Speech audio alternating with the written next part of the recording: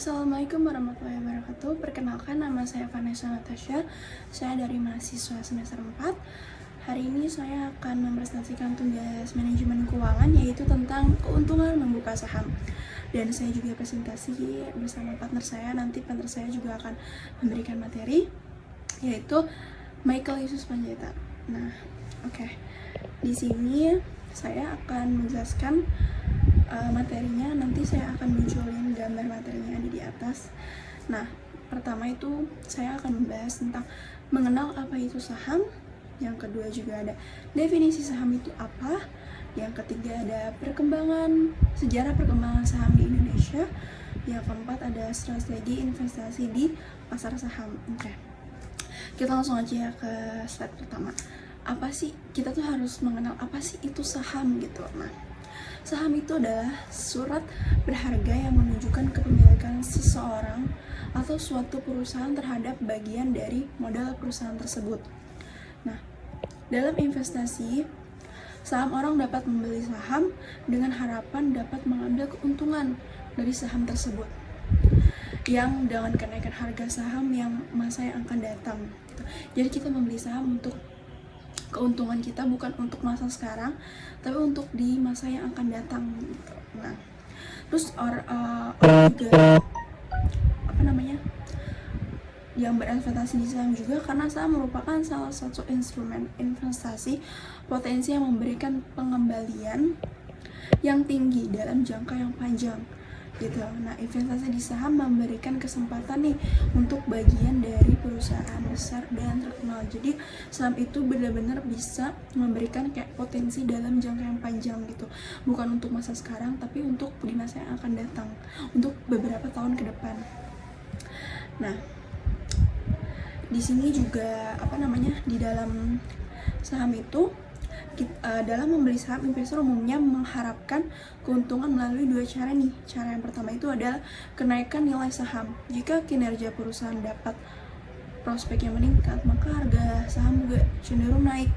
Nah, tapi jika investor menjual sahamnya pada harga yang naik, maka mereka dapat menghasilkan keuntungan dari selisih harga beli dan harga jual. Dan yang kedua itu ada dividen. Beberapa perusahaan membagikan bagian dari laba mereka kepada para pemegang saham dalam bentuk yang dividen gitu.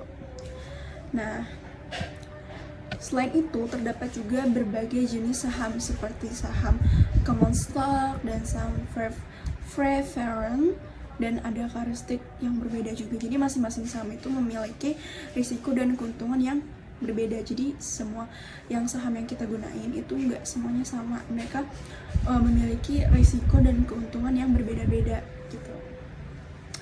Nah, terus di sini di slide selanjutnya itu saya ada definisi saham. Nah, sebenarnya apa sih dari penjelasan definisi saham? Definisi saham adalah saham merupakan instrumen keuangan yang memiliki bagian dari kepemilikan suatu perusahaan. Dalam investasi saham, investor membeli saham perusahaan dengan yang diharapkan mendapatkan keuntungan dengan kenaikan saham atau dividen yang dibagikan oleh perusahaan tersebut. Nah, definisi saham juga untuk melakukan transaksi jual beli saham. Contoh di dalam bursa efek yang terkenal adalah di New York, itu di Amerika Serikat, itu New York Stock Exchange atau NYSE, dan di Indonesia terkenal dengan Bursa Efek Indonesia atau BEI. Nah, dalam definisi saham tersebut, investasi saham dapat memberikan potensi keuntungan kepada pemegang saham nih. Jadi jika harga saham itu naik, atau jika perusahaan memberikan dividen kepada pemegang saham. Namun investasi saham juga melibatkan beberapa risiko. Nah, risikonya itu karena harga saham yang dapat fluktuatif atau yang nilainya itu bisa dapat turun, yang dapat mengakibatkan kerugian bagi pemegang saham tersebut. Nah, oleh karena itu, pentingnya untuk melakukan riset nih, analisis yang baik sebelum melakukan investasi saham. Jadi kita perlu banget untuk riset sebelum kita melakukan investasi saham tersebut gitu. Nah, oke, untuk di slide selanjutnya itu saya akan bahas sejarah perdagangan saham di Indonesia. Jadi kita akan cari tahu nih sejarah perdagangan saham di Indonesia tuh seperti apa gitu. Nah, perdagangan saham di Indonesia dimulai pada tahun 1912 dengan didirikan oleh Batavia Efek dan Handel Match-Haji atau BEM atau Bursa Efek di Indonesia. Namun perdagangan saham baru berkembang pesat itu pada tahun 1989 setelah didirikan Bursa Efek Indonesia atau BEI gitu. Nah, pada tahun 1912 pendirian Bursa Efek di Batavia pada tanggal 14 Maret 1912, Bursa Efek di Batavia didirikan di Jakarta. Inisiatif ini dilakukan oleh pemerintah kolonial Belanda untuk memfasilitasi perdagangan saham di Hindia Belanda. Gitu. Jadi Bursa Efek Batavia menjadi lembaga pertukaran efek pertama di Indonesia. Terus beralih ke tahun 1977 itu beralih ke sistem penyelenggaraan baru. Jadi pada tahun 1977 Bursa Efek Batavia mengubah nih segala sistem perdagangan saham menjadi sistem penyelenggaraan baru yang lebih ke modern. Nah, hal ini bertujuan untuk meningkatkan efisiensi dan likuiditas pasar gitu. Terus di 1982 penggabungan Bursa Efek di Jakarta dan Bursa Efek di Surabaya. Itu pada tanggal 22 September 1982 terjadi penggabungan di Bursa Efek Jakarta dan Bursa Efek Surabaya. Penggabungan ini membentuk satu Bursa Efek yang dikenal sebagai Bursa Efek Indonesia atau BEI dengan pusat di Jakarta. Nah, terus untuk tahun 1995-nya itu sistem perdagangan elektronik. Jadi perdagangan elektronik yang dikenal sebagai Jakarta Automated Trading System atau GATS. Sistem ini memungkinkan perdagangan saham dilakukan secara elektronik dan menggantikan sistem perdagangan sebelumnya yang manual. Jadi dia kayak lebih ke sistem elektronik gitu. Nah, terus di tahun 2007 itu ada go public dan penawaran umum perdana. Nah, penawaran umum perdana atau Initial Public Offering atau IPO mulai menjadi tren di Indonesia dan banyak banget perusahaan di Indonesia yang memutuskan untuk menjadi perusahaan terbuka dengan mencatat saham mereka di BEI atau yang biasa kita bilang itu Bursa Efek Indonesia. IPO ini atau Initial Public Offering memberikan kesempatan kepada investor untuk membeli saham perusahaan yang go public. Jadi memberikan kesempatan nih kepada seseorang yang ingin membeli saham kepada perusahaan yang dengan cara go public gitu, umum.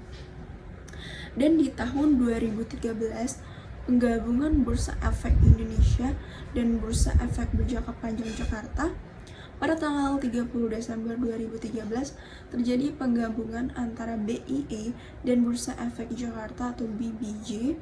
Penggabungan ini membentuk satu entitas yang disebut dengan Indonesia Stock Exchange atau IDX. Nah, IDX itu yang menyatukan perdagangan saham dan perdagangan berjangka di bawah satu atap. Sejak itu, IDX terus-terusan menjadi salah satu bursa efek terbesar di Asia Tenggara dan perdagangan saham di Indonesia semakin berkembang dengan adanya partisipasi investor, individu, institusi, dan asing yang menjadi meningkat. Jadi IDX ini juga melakukan upaya untuk peningkatan regulasi, transparansi, dan aksesibilitas pasar bagi investor tersebut. Nah, jadi saya di sini akan menjelaskan aja sampai sejarah perdagangan saham di Indonesia. Untuk di slide selanjutnya itu akan dijelaskan oleh partner saya yaitu Michael Yusus. Dan terima kasih. Baik, dengan saya Michael, saya akan membahas sejarah perdagangan saham di Indonesia. dengan dimulai pada awal abad ke-20 pada masa penjajahan Belanda. Pada tahun 1912, pemerintahan Hindia Belanda mendirikan Batavia Stock Exchange yang bernama BSE yang berada di Jakarta, yang kemudian dikenal sebagai Bursa Efek Jakarta. BSE merupakan bursa efek pertama di Indonesia yang memberikan tempat bagi para investor dan perusahaan untuk memperdagangkan saham. Selama masa kemerdekaan Indonesia, BSE diubah namanya menjadi Bursa Efek Jakarta. BEJ pada tahun 1977, namun BEJ masih terbatas dalam hal jumlah saham yang terdaftar dan frekuensi perdagangan yang rendah. Perdagangan saham pada saat itu masih relatif terbatas dan kurang terorganisir. Dan pada tahun 1989, pemerintahan Indonesia melalui Otoritas Jasa Keuangan atau bisa dikenal OJK menginisiasi transformasi pasar modal dengan membentuk pasar modal negosiasi atau bisa disebut dengan PMN. PMN diresmikan pada tahun 1990 dan merupakan langkah penting dalam perkembangan perdagangan saham di Indonesia. PMN memberikan platform yang lebih terstruktur, transparan, dan efisien bagi para investor dan perusahaan.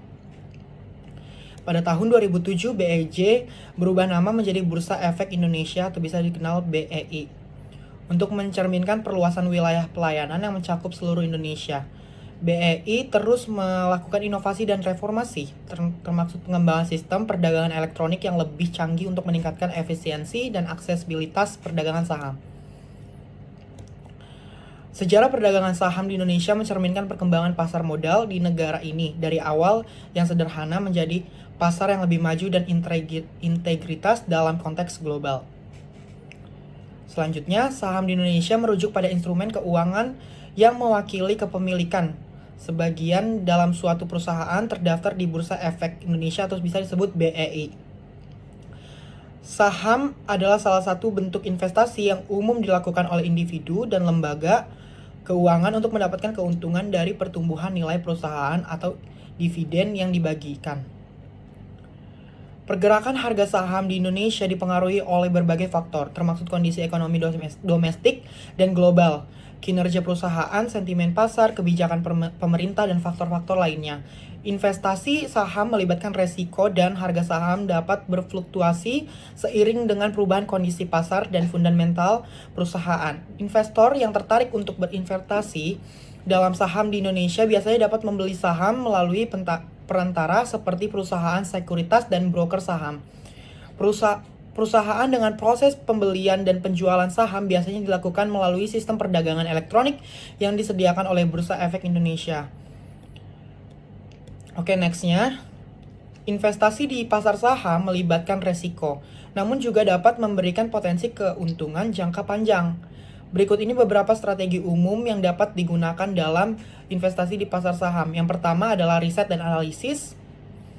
Dengan melakukan riset dan analisis yang komprehensif terhadap perusahaan yang ingin Anda investasikan, dengan tinjau kinerja keuangan, laporan keuangan, prospek masa depan, dan faktor-faktor lainnya yang dapat mempengaruhi nilai perusahaan.